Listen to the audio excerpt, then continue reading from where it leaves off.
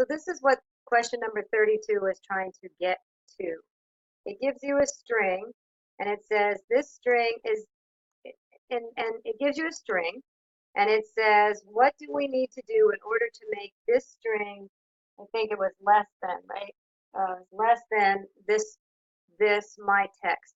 Well, my text is a variable, and so something goes into, whatever goes into my text, whether it be the word Frank or Susie or Pasha Fazul, whatever.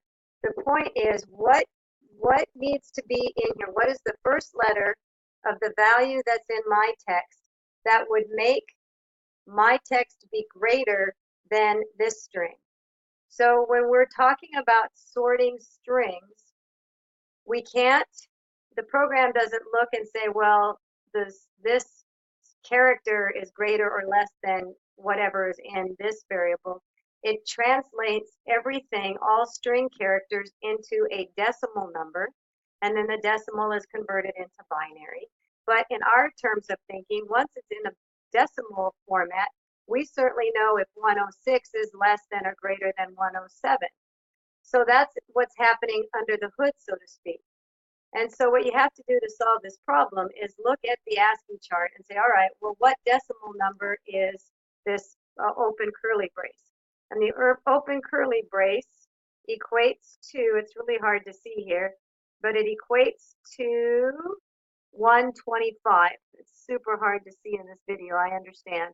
But if you were to look up an ASCII chart, this line right here is the open curly brace, and that's 125. And so then we have to decide, all right, well, if 125 is less than whatever value, whatever string is put into the variable, that means it has to be 126. So this is now equivalent to 125. Whatever goes in my text has to have at least 126.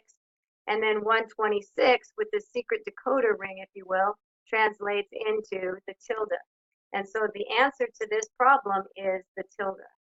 So I hope this helps clear things up for you.